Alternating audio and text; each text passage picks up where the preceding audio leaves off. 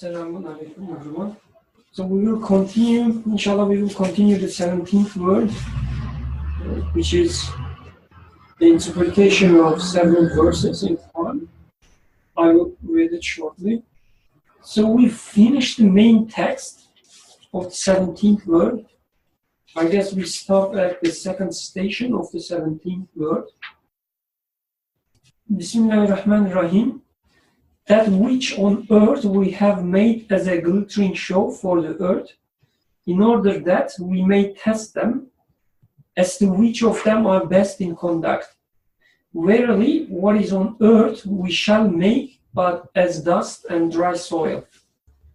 What is the life of this world but play and amusement? So these are the verses from Quran. And as far as I remember, or as far as I was able to understand, so this word, the 17th word, really defines our understanding of the life, understanding of the world, and it puts more emphasis on the training part. Through the training of this world, or let's say through the opportunities given to us to make progress, an author was linking death to this progress, or how it means to us and how we can use it as an opportunity to see what is behind. And also there was a big emphasis on the merciful aspect of the death, how we are get ready for to live this worldly life. Any other comments? Any other before we start? Anyone wants to read the second station of the 17th word, please? The second station of the 17th word, footnote. The pieces in the second station resemble poetry, but they are not poetry. They were not put into verse intentionally. They rather took on that form to a degree due to the perfect order of the truths they express. Cry not out at misfortune, O wretch, come, trust in God. For know that crying out compounds the misfortune and is a great error. Find misfortune's sender, and know it's a gift within gift and pleasure. So leave crying out and offer thanks. Like the nightingale, smile through your tears. If you find him not, know the world is all pain within pain, transience and loss. So why lament at a small misfortune while upon you is a world full of woe? Come, trust in God. Trust in God, laugh in misfortune's face. It too will laugh. As it laughs, it will diminish. It will be changed and transformed. Know, O arrogant one, happiness in this world is in abandoning it. To know God is enough. Abandon the world. All things will be for you.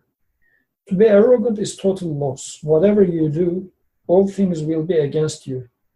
So both states demand abandoning the world here. Abandoning the world is to regard it as God's property with His permission, in His name. If you want to trade, it lies in making this fleeting life eternal.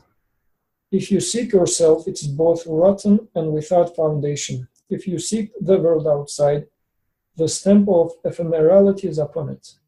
That means there is no value in taking it. The goods in this market are all rotten, so pass on. The sound goods are all lined up beyond it. That is a nice summary of what we studied. Anyone wants to take the lead?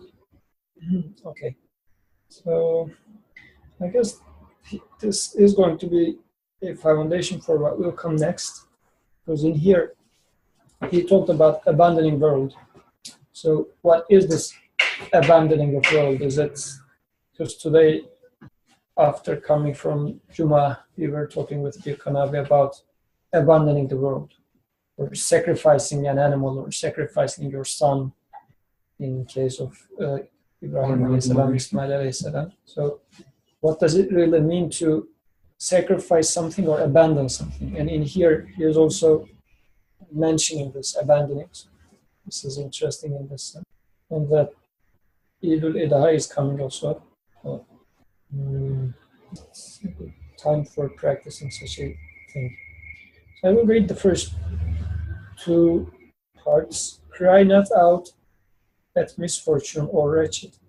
Come, trust in God. For know that crying out compounds the misfortune and is a great error.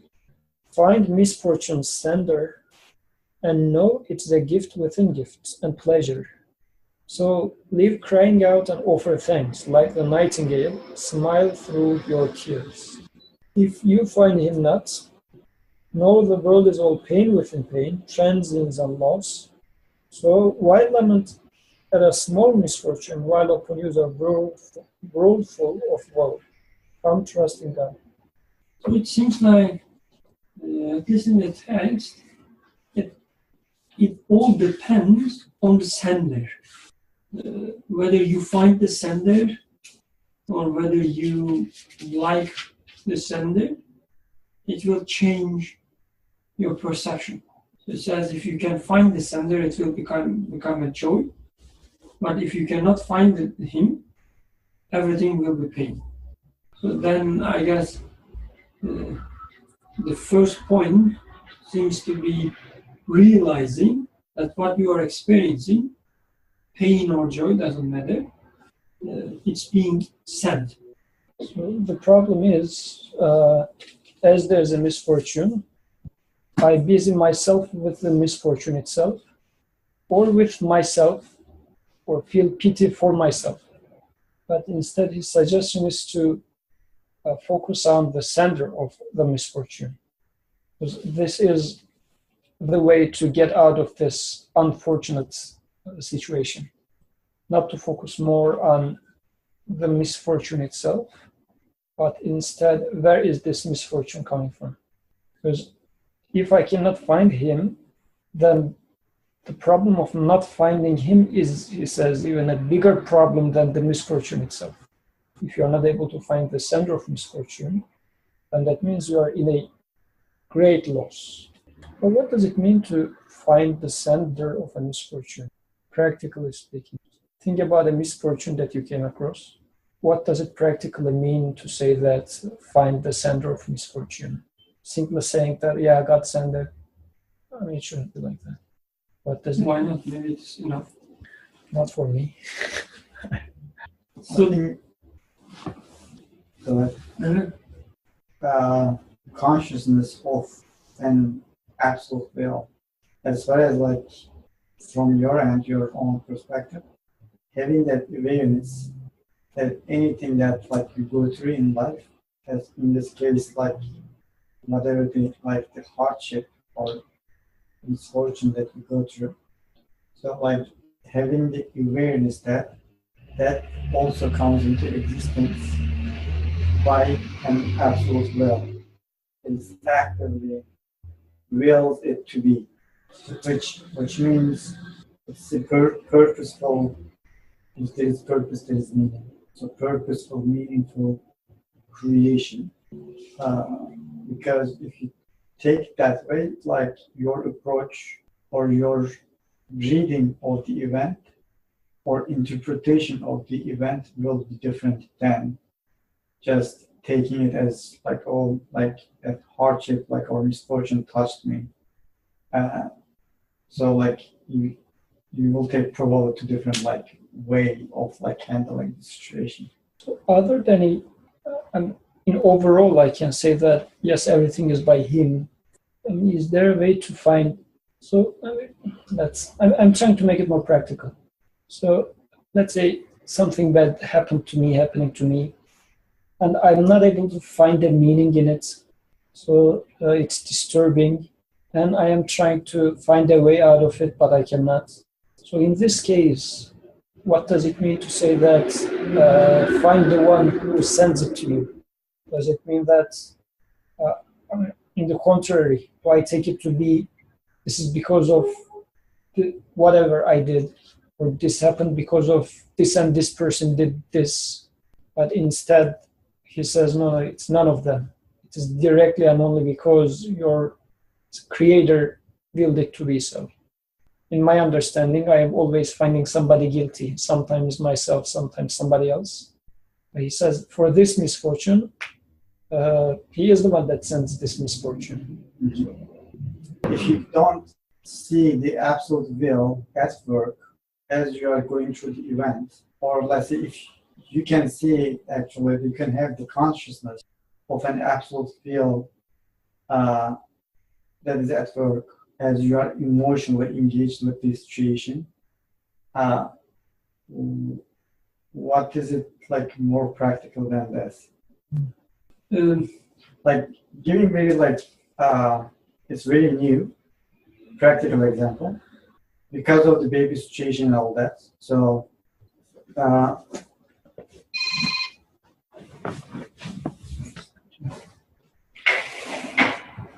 there is a lot of changes in life, right? It's not a misfortune, but it is an event that like you are not familiar with, and there is a lot of changes in your life. There are a lot of changes in you as well that you don't really know. After the baby? Yeah. So it is a process or a transition that you go through, which is, since you haven't been through it before, so it's an uncomfortable situation. And of course, like your emotions are all different, so your expectations are different. So like, and you feel probably like more like needy or helpless in certain case. So in a situation like this, you have expectations, certain expectations from the people around you about certain people, let's say. And when you don't see it, so you have two options to like read the situation. You are going to take it in the causal relationship, and you are going to deal with the situation accordingly, or you are going to take the situation as, okay, like I am being created, the situation is being created, and the person that is involved, like not just person, all the people that are involved with the situation are created. So, and this is a purposeful like scene that is especially written and almost like the script given to the people, so they are going to play it. Like that's the only like role that they have in the scenario. So like, how different will it be to like take it on the like causal relationship versus knowing that somebody wrote the script, gave it to you, like, and said everything for you, that like you just have to play your role in it in a way. Like to a certain extent you try both and you experience the both. So actually it's something very practical, and you literally know, like you are the one who emotionally experience what would happen if you take the like the A approach versus the B approach. Like if you like consider the causal relationship, like I think that creates a lot more drama on top of the thing that you are already going through, versus just knowing God's will is at work and like trying to get through the event and take the message out of it for yourself and make that connection with Him. Otherwise, like the misfortune really gets bigger and bigger and bigger, and it actually becomes more annoying. Yeah. Well, it's interesting to, at least for, if you are the cause of misfortune, or at least you have a share in it, I guess this is the challenging part.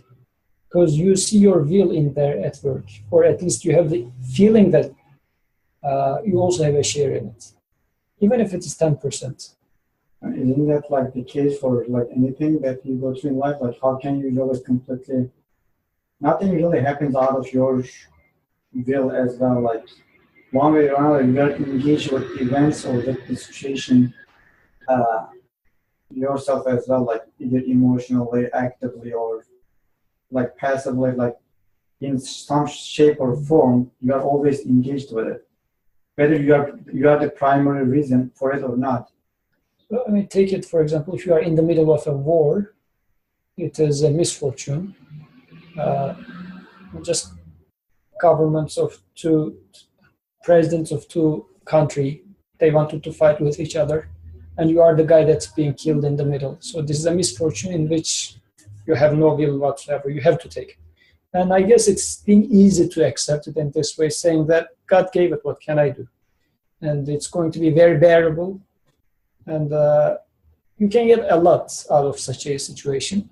But if you are partially involved in it, I mean, if you are fully involved in it, it's another big, big story. But let's say even if you are partially involved in it, then it becomes harder because now you are at the intersection of taking responsibility versus, because now your free will is involved in there. What portion of it I'm going to take as God's will versus what portion of it I'm going to say, if I didn't do this, then this wouldn't happen, or if I have said it as such, then that would happen as such and such. This part of it is going to be a challenging part to get rid of it. Think of it like that. Instead of two countries fighting with each other, you fought with your friend, and now it becomes a misfortune on you for some reason. Let's say within a chain reaction, things got out of control, and now everything got messed up. So, and now you are saying that, okay, you are seeing that there is will of God in action, but you're also seeing that if I haven't said as such, because this is how the chain reaction started, this might be wrong, but just the feeling I'm speaking. It feels like if I haven't said this first word, or if I used a lafın dişisi female sentence, then it wouldn't end up in here, for instance. Better sentence. If this happens like that, now you are not blaming anybody else, but you're blaming yourself, saying that because since I said so, this is how it ended up. And in such cases, it's not being that easy to say that no, even if it's not me, no matter what I had said, But this is God's will. From situation to situation, it's going to be different, and like there will be, it's going to be gradual, right? Like the intensity of it will be different, right? But in every case, you are like with your free will, you are engaged with like any event or any misfortune hardship that you experience. The intensity may be different, but isn't that part of the actual like training, like the process? So my question is not about intensity, but actually, since we are saying that it is from God, in such a set, I am saying no, it is because of me, not because of God, but it is because of me. If I didn't make this stupid mistake, that's the thing. Like I'm just trying to understand based on the example you give. Like if you are like you get stuck in the middle of a war that has nothing to do with you. You said like it's easier to see it from God, right? But if you are the initiator of the war, you are seeing it from yourself. But still, like one has to understand the capacity of his own free will and its relation to the Creator. So, like in that sense, like I think that's what I meant by the intensity. So, like if you feel that you are really the cause of the like situation, then like or in other words, like when you see like you are in the center, to me it means that you are much more engaged with the situation emotionally. In other words, like two guys like fighting on the street. It's just two strangers versus you and Birkan fighting in this room. So like two different events. My engagement with the event outside and the event here is going to be completely different. And if you take it one step further, like both of us are fighting. So even compared to like you two fighting is going to be different than like you and I fight about something, right? So when we go through this, like when we are in the event, like we both are emotionally engaged, and because of the emotions, like the intensity is going to be different. So it's going to be more difficult to connect everything with the creator of the event. That's what I mean by like intensity. So if I cannot practice when you two fight, if I cannot read the event in the name of its creator, it's going to be much more difficult to read the event, like when we are both emotionally engaged with the situation.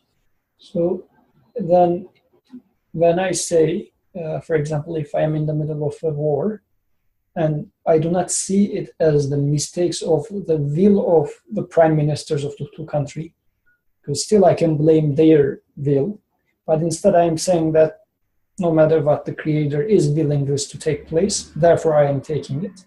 So if I am serious about this judgment, then when it comes to my own mistakes and I started a fight, then I should be able to say the same thing. Say, this fight is somehow I am in this misfortune, but this is It's out of my control. Yeah. So your concern is that like you don't take responsibility for your own mistakes? Yes, I mean there's the dilemma. What part of it I'm going to take? Because, or at least you can say that, okay, I was willing something wrong. I had an ill intention. This is where my will was in play. But then, other than my ill intention, a lot of things were necessary for this to happen. And all those things were necessary to be willed by a eternal power which can also create. So I willed with an ill intention, ill purpose, but he created the results for it. I didn't create the results. And now I am in the middle of a hard position because it might have happened the other way around. With my ill intention, ill purpose, I cursed this person, but he willed it in the other way. The other person started smiling and laughing at me and nothing happened at all. This is another possible scenario. But let's assume it happened the normal way. I cursed someone with ill intention, and this person takes it in the wrong way. So now this fire just grows, and eventually now I am in the middle of war. Mm. It started with my ill intention. So yes, whatever happened, and the thing that I am now in the middle of is because only of the Creator's will. Because whatever I am now suffering now, physically or environmentally, is because of his will. He is creating the situation for me. But this is one thing. But if I am also suffering from my wrong choice, this is another thing. So I guess I might need to distinguish these two. Because still my ill intention, using my free will wrongly at the very beginning, is still with me. Because if I am feeling guilty about using my free will wrong, there's no escape from that. I cannot say that, well, it's not me who used free will in the wrong way. Actually, it was God who made me make like, a wrong choice. That's the thing. Like then if you think it that way, then you can never speak of the free will. Yeah. If you say that like God like made me choose certain way, then like you cannot speak of the free will, then there is no point to discuss. So then in here, when he talks about misfortune, this misfortune should be something about not as it looks to my free will, but as the misfortune as it looks to the consequences of some free wills, or what follows a choice. Because what follows a choice is totally his creation, but the choice itself looks to its chooser. I don't know if this is clear what I say. Yeah, but like, and what I was trying to say is like, if we can train ourselves as we are emotionally engaged with the situation going through the event, it doesn't have to be before or after. As you are experiencing it, there is a way to practice that understanding, put that on, like understanding in practice, like use your free will in a way that's gonna make like that will always connect you with your creator. Mm-hmm. Like, and it's simple. What is like really the key? Like it is just consciousness of the fact that you are being created. Mm-hmm. If you can bring that understanding to your mind, I think that's can also determine your reactions or like how you are using your own free will in the event. Does it make sense? And also there needs to be something that looks to the past.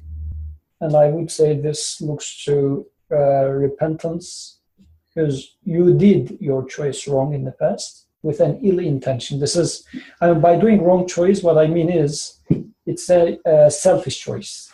I was in action. Yeah, like that's, we always make that, because like that's the, like actually how we learn, right? Like we learn by making mistakes.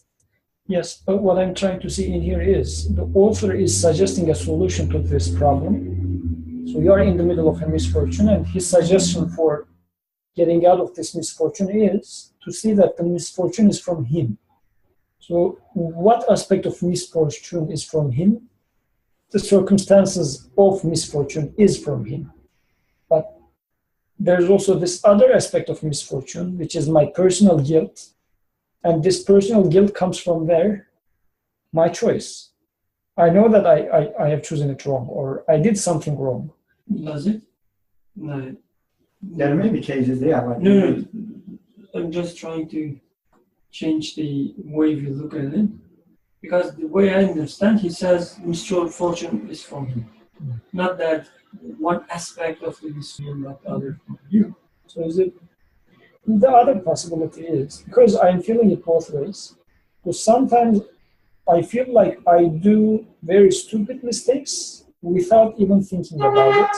I later on realize it. Sometimes you say some very munasabetsiz words without purpose, inappropriate words. It just comes out of your mouth. And right at the moment it goes out, you try to catch it, but it's too late. For such a thing, you would say, of course, this misfortune is also from him, because you didn't think about it. You didn't even will to do it. It's automatic. But sometimes willingly you do it. So let's put it aside. But sometimes you think that this is the right action to take. And you take this choice. But eventually he shows you that, as if we can take it at that point, he made you choose this because he showed it to be right to you. And let's assume you are the person who chooses right as much as he knows. But eventually at some point he showed you that actually it was a wrong choice. And this is why what you say might make sense, saying that this misfortune is again from him. He made you choose this, but now he also unreveals it to you that it was wrong. So for you to, again, get out of this trouble is to accept that it was wrong, because now he shows you that it was wrong. So again, it goes back to finding the sender. Again, like when you find out that, okay, it was the wrong decision, that's where your responsibility still like lies, right? So you need to, if you realize that, okay, it was a mistake, that's why you have the repentance. And you still need to, it's really nothing changes. Like it is the event there to teach you something, or the event there to read in the name of its like creator. And maybe at first you were not aware of it, now you are aware of it. So like going back to your free will again to do the repentance and reorient yourself like in relation to him.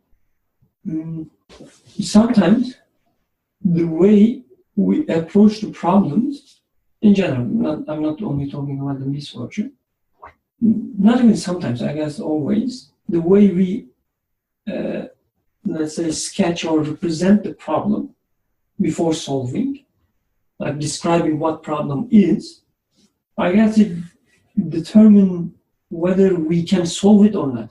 So when we describe the problem in a wrong way, we cannot solve it, whatever method we use. So then have a good problem description. Yes.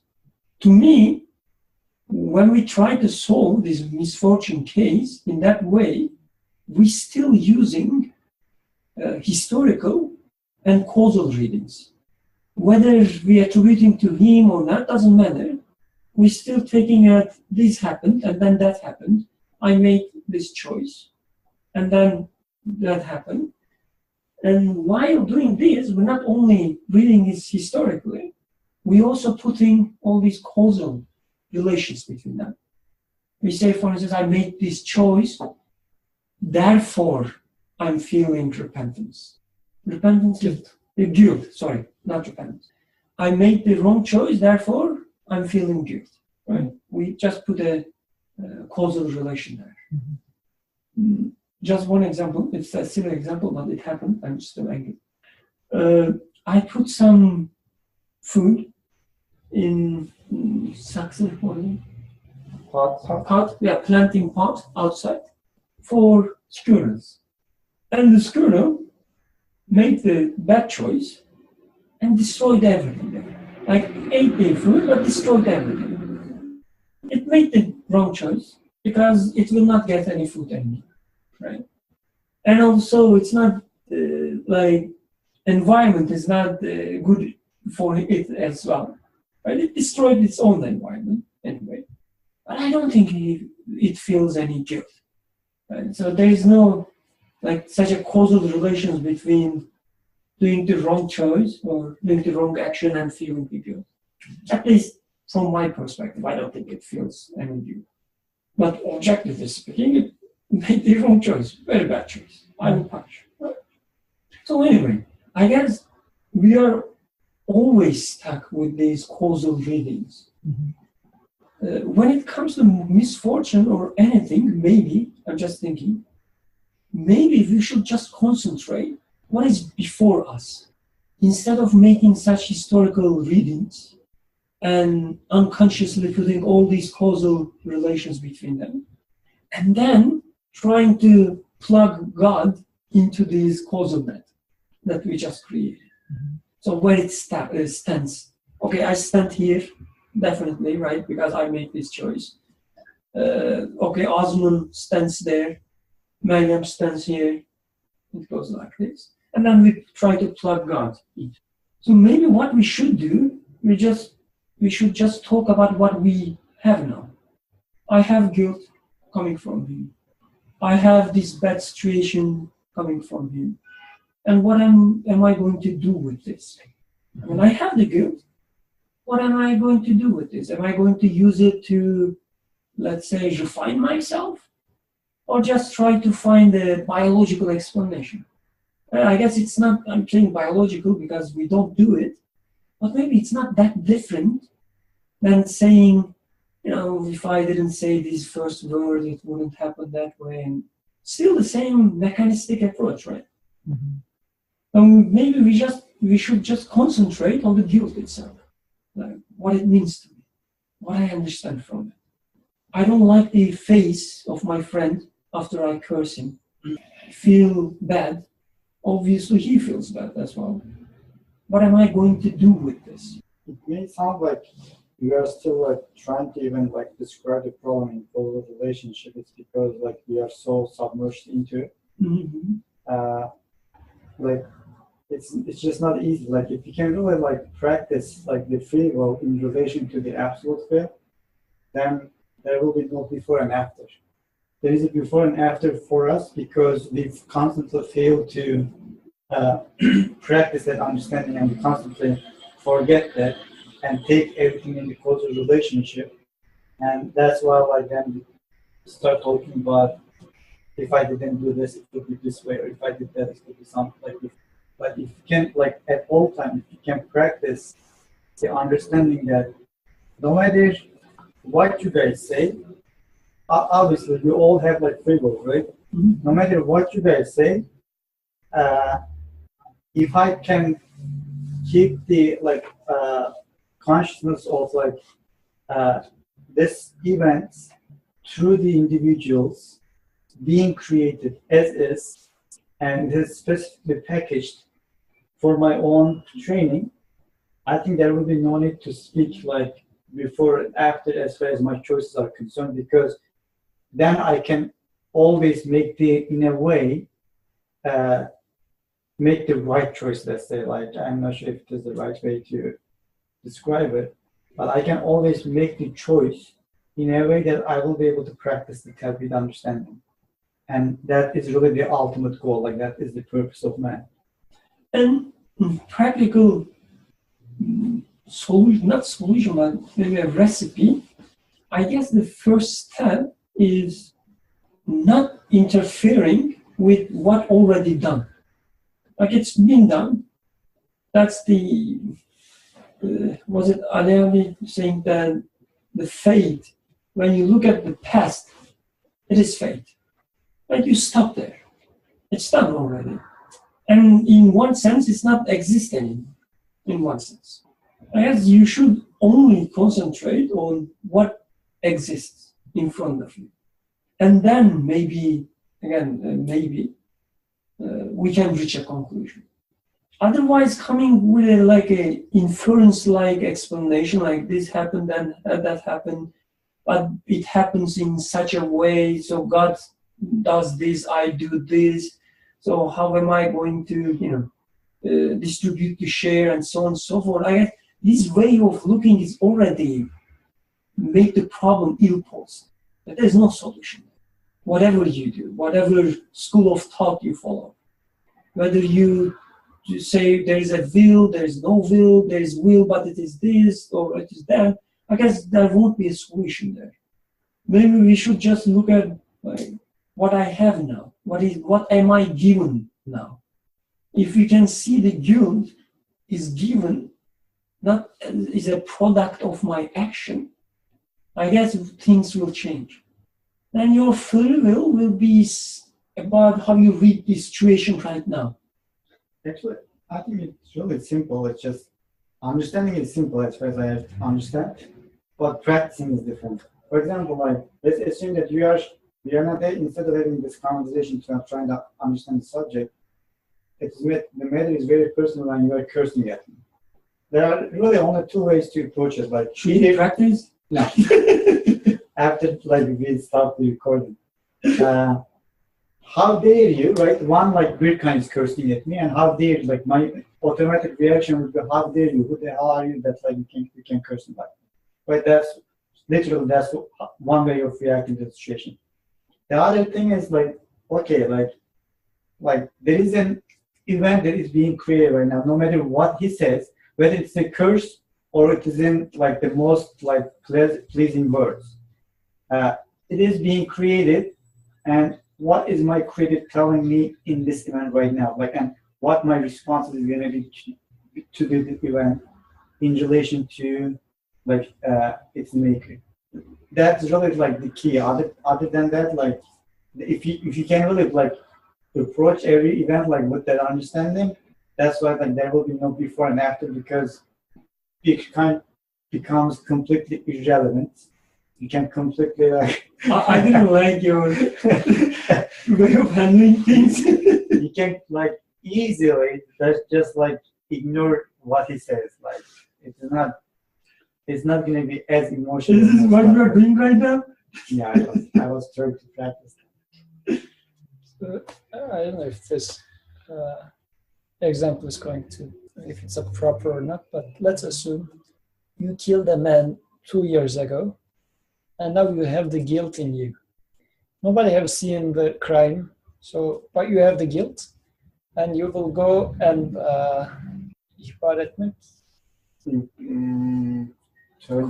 turn yourself in. Yeah, you will turn yourself in. So what is going to be your mindset while doing that? Are you going to say that now, look at the situation, I killed someone, or I killed someone. I was made to kill someone. However, but now I am supposed to be killed as well. Now thinking that rule of Sharia will be applied, so in return you are going to be killed. Now you are going to hand in yourself to their hands so that you are going to be killed. So this is by itself a misfortune. How would you take it? Or would you like to take it as life was given to me by my creator? He was going to take it away anyways. Sometimes it happens with a sickness, sometimes it happens in this way. And now, at some point, either he made me kill someone or I killed someone, whatever. Since now that it's in the past, it's Qadash. It happened.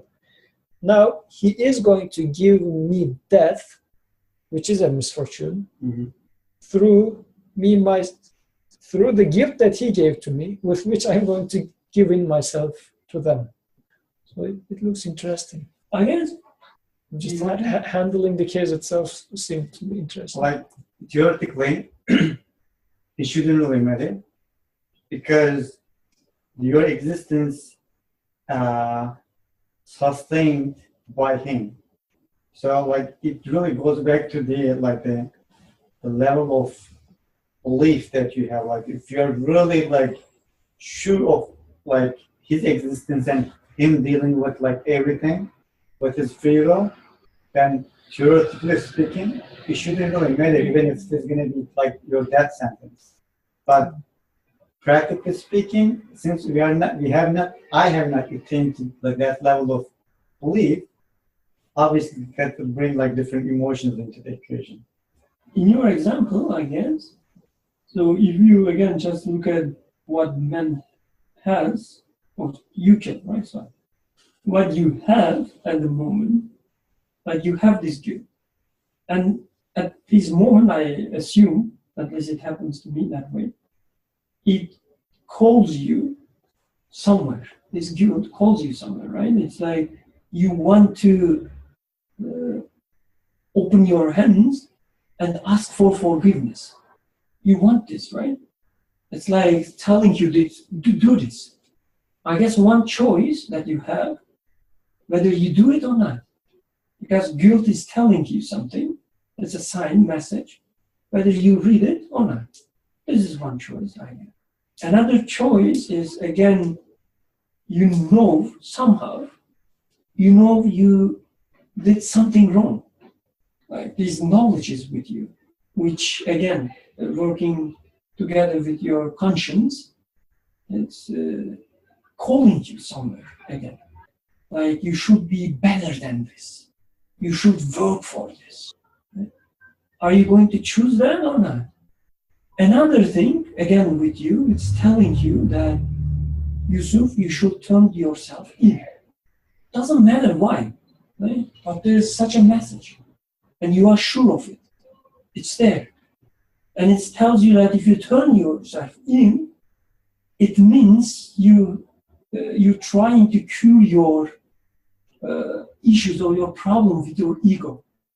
Before you claim that you have an ownership of someone else's life, now you're correcting yourself, right? You have this choice, like telling you something. Again, your choice is whether you choose it or not. I guess it's all about, again, like what you do at this very moment. Then all your guilt, conscience, all the things you know about yourself or the man, they act for your next moment, your future. It's not about your past. I guess it's all about like what you choose in this very moment. More or most possibly, you will make the wrong choice. You will not turn yourself in. And then there will be another feeling, another experience. It's another opportunity to refine yourself. And you will make the choice. I said it doesn't matter, again, was it really you who caused that? Or because when you go this way, even if you're an expert on the subject, like causal relations, and you never find a solution. Anything about the causal relations, it never has a solution. Like there's a funny story of Rasputin, Russian guy. He's like a huge and so powerful, so strong, and he trains himself against poisons, everything, like little bit every day. A tiny amount of poison he consumes so that he becomes, he's a historical figure like all times. So because he's also a powerful figure in the politics, there are lots of people trying to kill him. And also, I guess he's dealing with magic and anyway, like a super villain. People try to kill him, they kill him, they cannot. It's the story, it's like they first try to poison him, he doesn't die, and then they shot him, he's still alive, like running away, and then they stab him, he's not dead yet, and they somehow capture him, chain him, throw to sea, and then after certain actions, he's dead. And question like, what was the cause of his death? Was it poison? Was it knife? Was it It's a funny philosophical quote-unquote discussion. But I guess this kind of stories tells you that if you try to find the cause of something, you cannot find it. There is always something else between them that you can call as a cause. I guess it's like once you take your secular glasses, you always end up with Rasputin case. There's also a song on. And so I guess what we should do, we should take our religious glasses, right? When we read into misfortune, meaning do not get lost in causes. Look what you have in front of you, what is given to you, like misfortune given to you, and read it. Let's see what you're going to do with it. What is your choice? But all that being said, If you started with what, this ends up in Rasputin. Go ahead. okay, it's gonna go back there. Ama söylediğim gerekmememiz lazım falan. I couldn't say it in English. We cannot deny causes. We should completely deny the causes as well. The reason why I say this, like, I just realized with the baby. I made him. Made her. When you breastfeed her versus like bottle feed her, bottle is easier, right? Than breastfeed. So, huh? I don't know. I mean, if you say I so, I didn't know either. Like, so it is easier than the breastfeed. So, if you think about it, like everything is really purposely prepared for the baby because, like, it's just so like delicate and like innocent. Like, you have to take care of everything for her. Up until the point that, like, even when you give like breastfeed, like when you breastfeed the baby, it's because of the difficulty. Sometimes like she may not like want that actually. She prefers the bottle, right? That made me realize something. Like everything is just so perfectly ordered and prepared for the baby because of the innocence. But yet her free will, even like right off the bat, like was never really taken away. Like she really needs to latch the breast in order to get the milk. It's not going to be completely like just given to her, like, or it's not going to be given to her like as easy as the bottle. You see my point? So she still needs to make the effort of latching the mom, and it may be a lot of work compared to like the bottle feeding.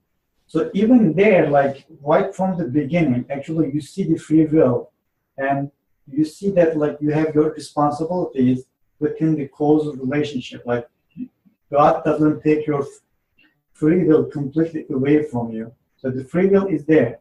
But when you look at the picture as a whole, like where are you going to attribute that like situation? Is it going to be really the causal relationships, or there's a creator of that event? That's one way, like one thing about the situation. The other thing is though, the baby still has to latch in order to get the milk. So there is a responsibility like there. And when it comes to especially like our relationships with the people, like going back to the like earlier example, like let's say like having an argument with Birkan, and Birkan is like cursing at me, and like that is the scenario. So it is true that it is being created, and I should read the event in the name of its creator. But at the same time, that doesn't mean that I should be like reconsidering the situation and see where my responsibilities like are in that like specific relationship and how my responses are supposed to be. And I think that's where the gist of the matter is. Like if you take it just only in the like causal relationship, your responses is going to be completely different than like if you read it like the situation in the name of the creator. That is going to determine what your responses are going to be to the situation. But no matter what, there will be some reactions, there will be some or actions coming from you. And it's interesting you are responding it as well. Because in case of Nursi himself, he was persecuted for several years. So in the jail or in, what's it? Exile. Exile. he questions himself as well. Why is this happening? Like, I think I was thinking this, like, same situation, like when we were talking. So he always treats the event in the name of the creator, tries to see the situation from the perspective of Kader Ilahi, but he never stops defending himself at the court. So when he has his guilt for his wrongdoings in the past, and he is asking for forgiveness from his Lord. But when it comes to his persecutors, he's using a different language, though.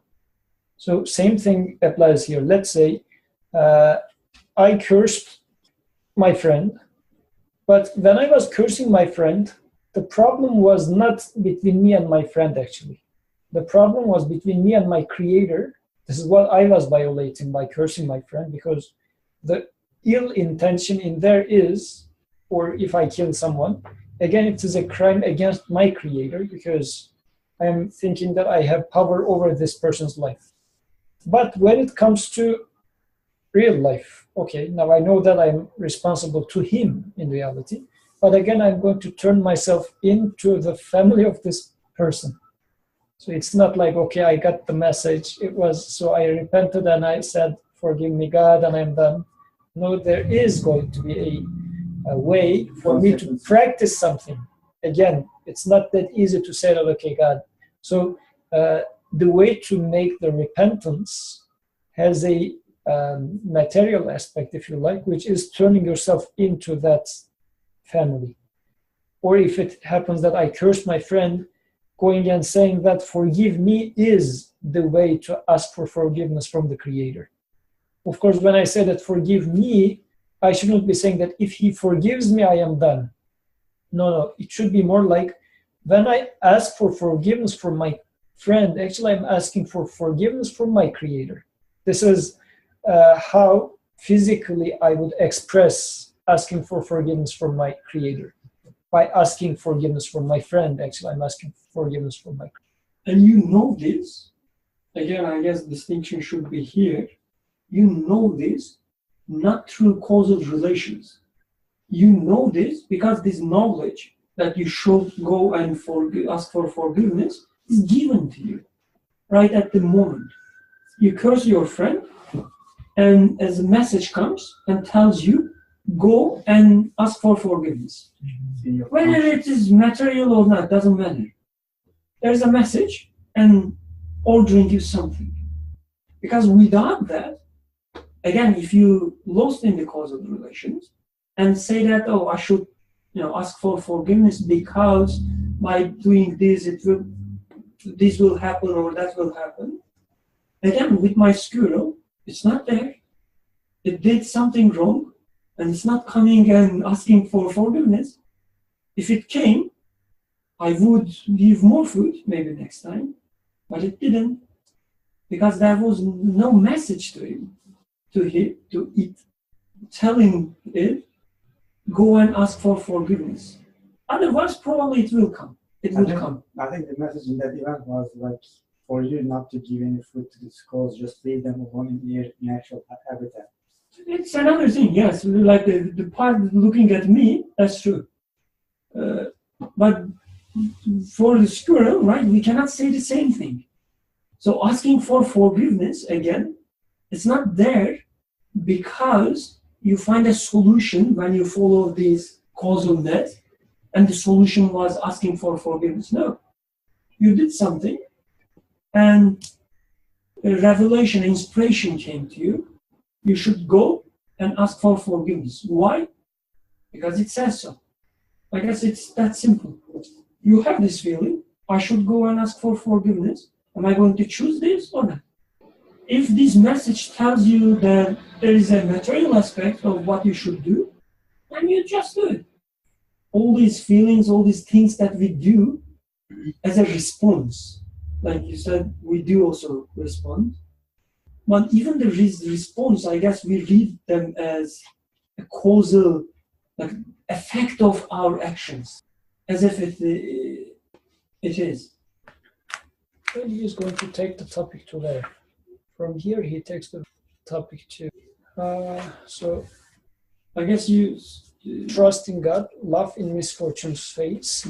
It too will laugh. As it laughs, it will diminish. It will be changed and transformed. From there on now, as if he's changing the topic, or somehow it must be related to it. Would you like to say anything up to here? No? I don't, but like I'm not sure if he's really changing the topic of the continuation of. Okay, let's see.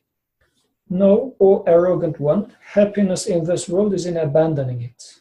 To know God is enough, abandon the world, all things will be for you. To be arrogant is total loss. Whatever you do, all things will be against you. So both states demand abandoning the world here. Abandoning the world is to regard it as God's property with His permission in His name. If you want to do trade, it lies in making this fleeting life eternal. If you seek yourself, it is both rotten and without foundation. If you seek the world outside, the stamp of ephemerality is upon it. That means there is no value in taking it. The goods in this market are all rotten.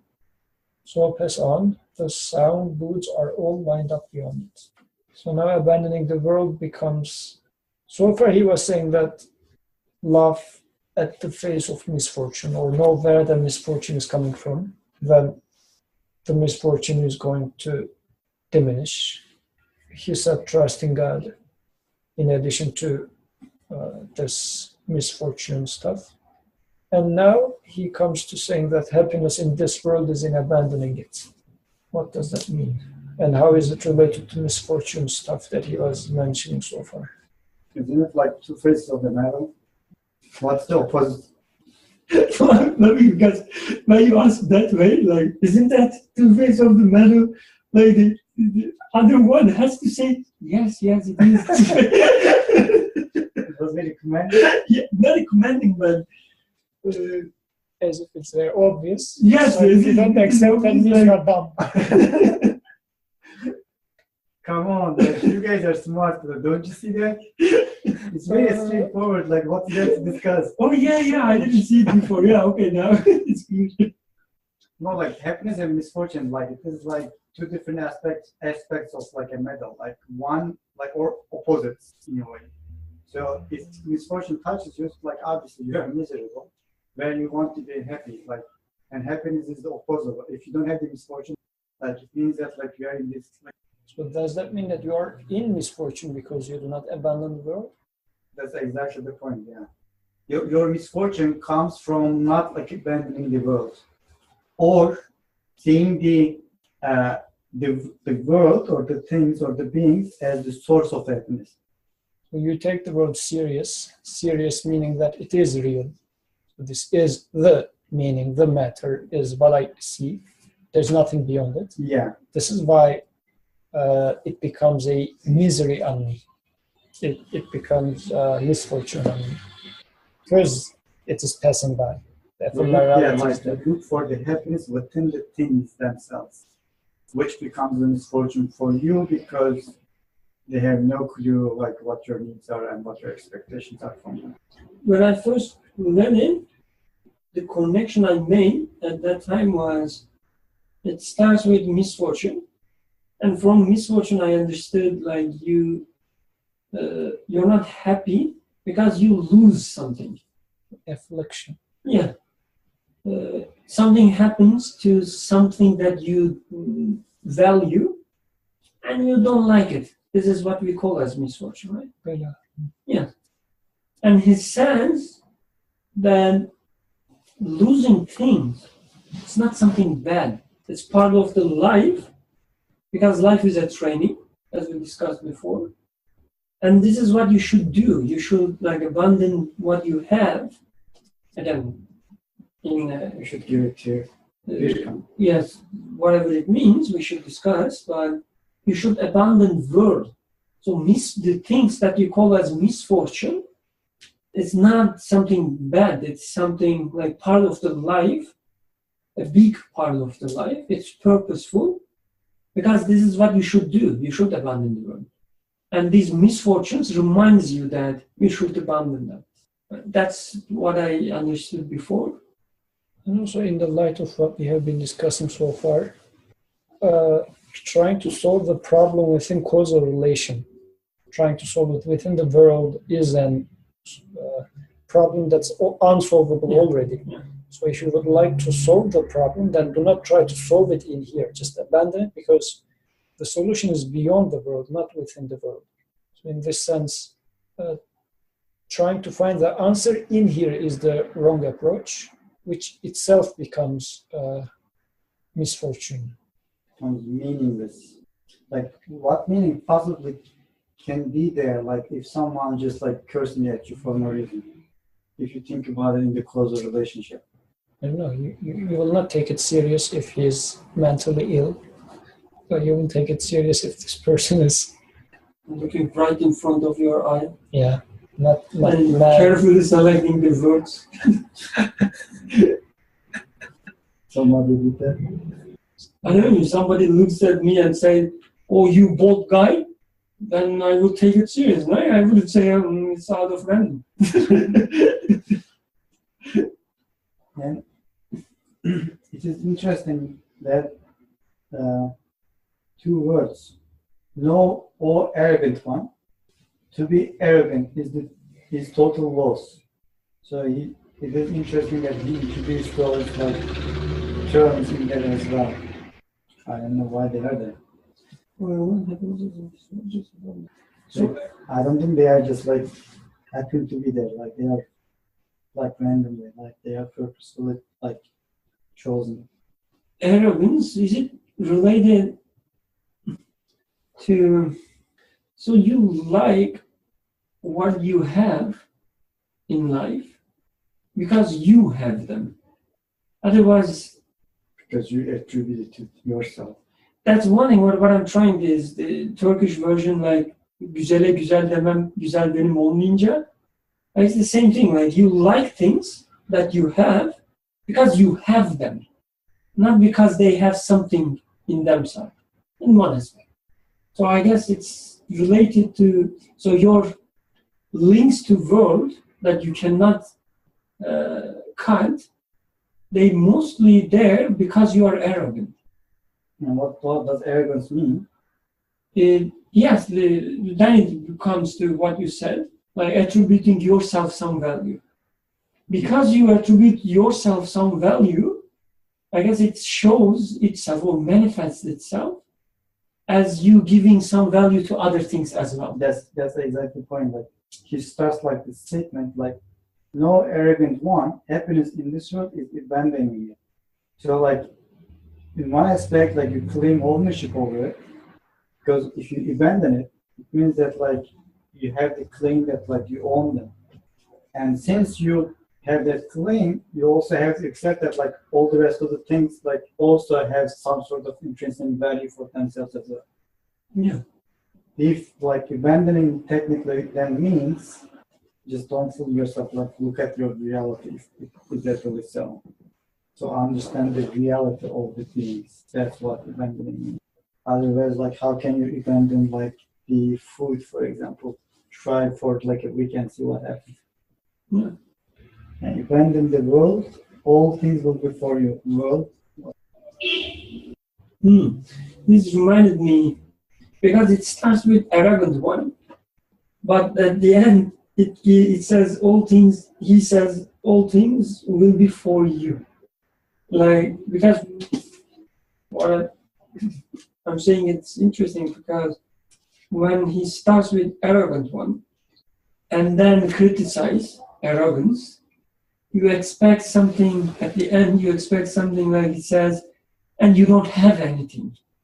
You don't have anything. You cannot get anything. Just accept it, or you arrogant one. But instead, it says your arrogance causes you deprivation from things that you can have. You could have. It reminded me this Pharaoh when he was comparing philosophical approach versus Quranic approach.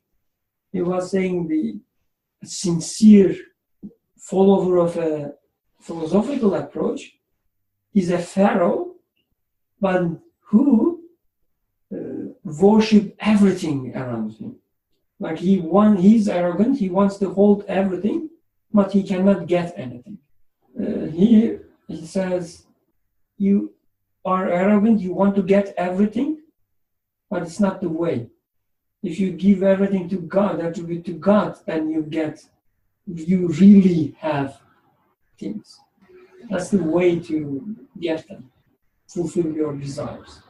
Go ahead, you found something for us? You just texting? We should read it from Facebook? We should read it from the place. Should we continue with this application? Or No, he doesn't like the arrogant part. oh, I see. Maybe He doesn't want to let it go. oh yeah. Any recommendation? Should we continue this application with Joker? Or should we read the Black Mulberry? We can read Black Mulberry. Okay, let's read it. I like Black Mulberry. A fruit of the Black Mulberry. Like, before we go on, just want to read again. If you seek yourself, it is both rotten and without foundation. If you seek the world outside, the stamp of ephemerality is upon it. That means there is no value in taking it. The goods in this market are all rotten. So pass on, the sound goods are all lined up beyond it. So in two ways, one within yourself, one out there in the creation. If you take the things as they are, in man's, your ego comes in your way, and in the macrocosm, the things themselves come that is the on the surface value. That's what you are left with. But if you let the ego go, whatever that means, then the sound goods are all lined up beyond it. Then you will see the reality of the things, including yourself, your own reality and the reality of the existence. It is only possible then that you can start reading it. Otherwise, misfortune, happiness, and all that, we talked about, it's just not possible. It's not possible to practice it. Do you want to touch upon this letting your ego go? No. No? Let it go. It's a long subject. But what I like about nursing, that is everywhere you see that, and there's obviously a specific section for the ego, but in almost all writings, it is there in the center of his interpretations. So religion is based upon the ego. Yes, I agree. Religion is very egotistical. Religion is what? Very egotistical. It's very egotistic. All egoist people are becoming religious. Shall I read? Please. A fruit of the Black Mulberry. The old side spoke this with the tongue of the new side under the blessed mulberry tree. The one I'm addressing isn't Ziya Pasha. It's those enamored of Europe. The one speaking isn't my soul. It's my heart in the name of the students of the Quran. The previous words are all truth. Beware. Don't lose course. Don't lose course. Don't exceed their bounds. Don't heed the ideas of Europe and deviate, or they will make you regret it. You see the most enlightened of them, in brilliance their standard bearer, exclaiming bewilderment, of whom to whom can I complain? The Quran says, and I say too, I won't hold back, I lodge my complaint with him. I'm not confused like you. I cry out to the true God, I don't slip away like you. I shout my cause from the ground to the skies, I don't flee like you. For all the Quran's cause is light upon light, I don't renege like you. And the Quran is truth and wisdom, I'll prove it. I count as nothing hostile philosophy. In the criterion are diamond truths. I take them to myself, not sell them like you. I journey from creation to creator. I don't lose the way like you. I pass over a thorny path. I don't tread on them like you. From the earth to the throne, I offer thanks. I don't neglect it like you. I look on death and the appointed hour as a friend.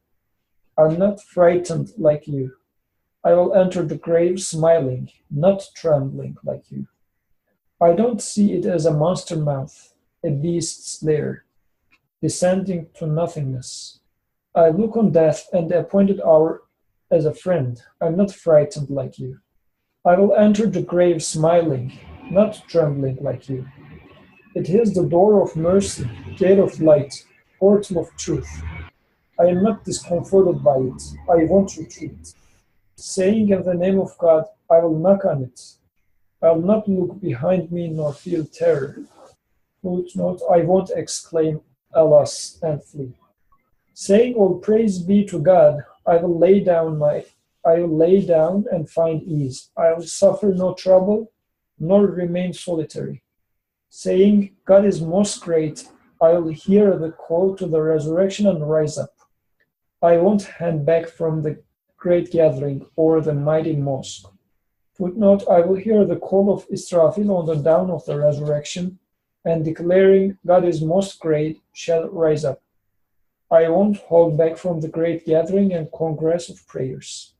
I will feel no distress, thanks to divine favor, the Quran's light, and the effulgence of belief.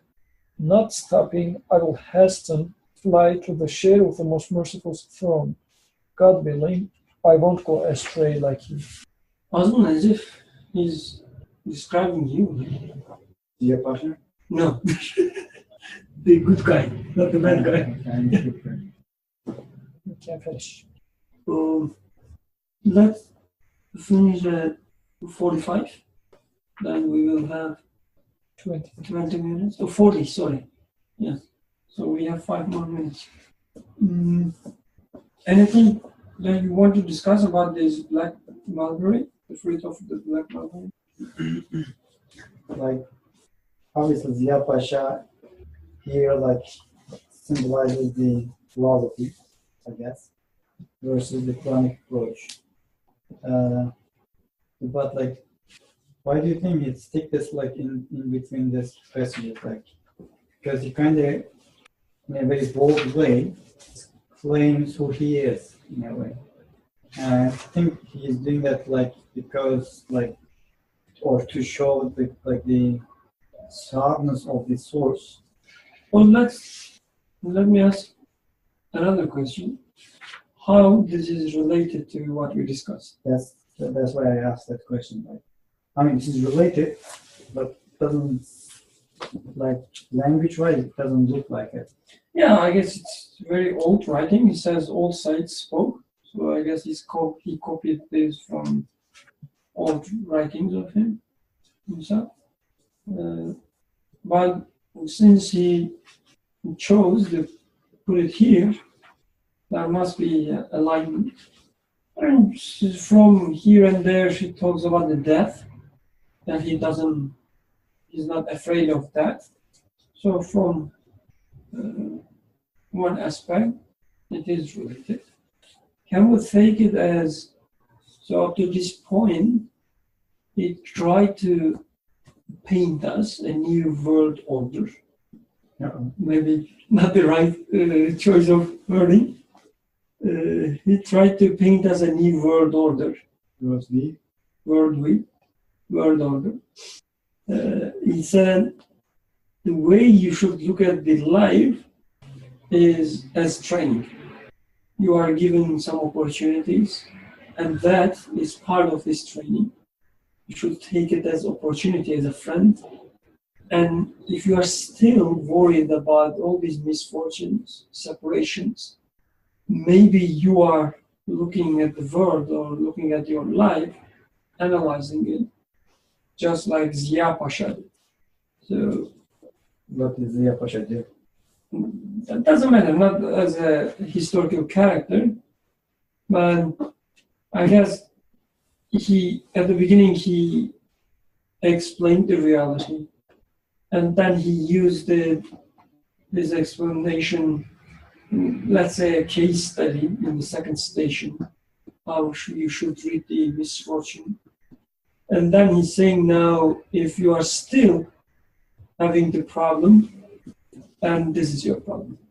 But I'm not like you. It's like defining yourself. Like if you take the opposite of what he's telling about himself, I guess it's like description of yourself. And this is the reason that you're having these problems. So it's either death or misfortune, or you are a namer of Europe. Yeah. And it's like a different naming of Worldliness. yeah, worldliness. And in our own lives as well, for ourselves, I guess we leave the worldliness, we apply the school of thought of us in different ways. Like sometimes we complain about misfortunes, sometimes we struggle, we compete with people. Sometimes, I don't know, we have fights. It shows itself at different situations in different ways. But behind it's always the same misreading of the reality. Not, as with these words, not journeying from creation to creator. Or not lodging our complaint with him. It says you asking of whom, to whom can I complain, but instead what he's doing, he lodges his complaints with him. He's not confused like you. He's not trying to find a guilty. Any other comments? Otherwise we can close, I guess. My group is approaching. And any final remarks? Don't be like Ziya Pasha. Nothing like Ziya Pasha, okay. You're telling to me or like a take-home message for everyone? Take home message for everyone. Okay. Particularly you. Oh, okay. So let's close then, inshallah. سبحانك لا علم لنا إلا ما علمتنا إنك أنت العليم الحكيم. آخر دعواهم أن الحمد لله رب العالمين. الفاتحة.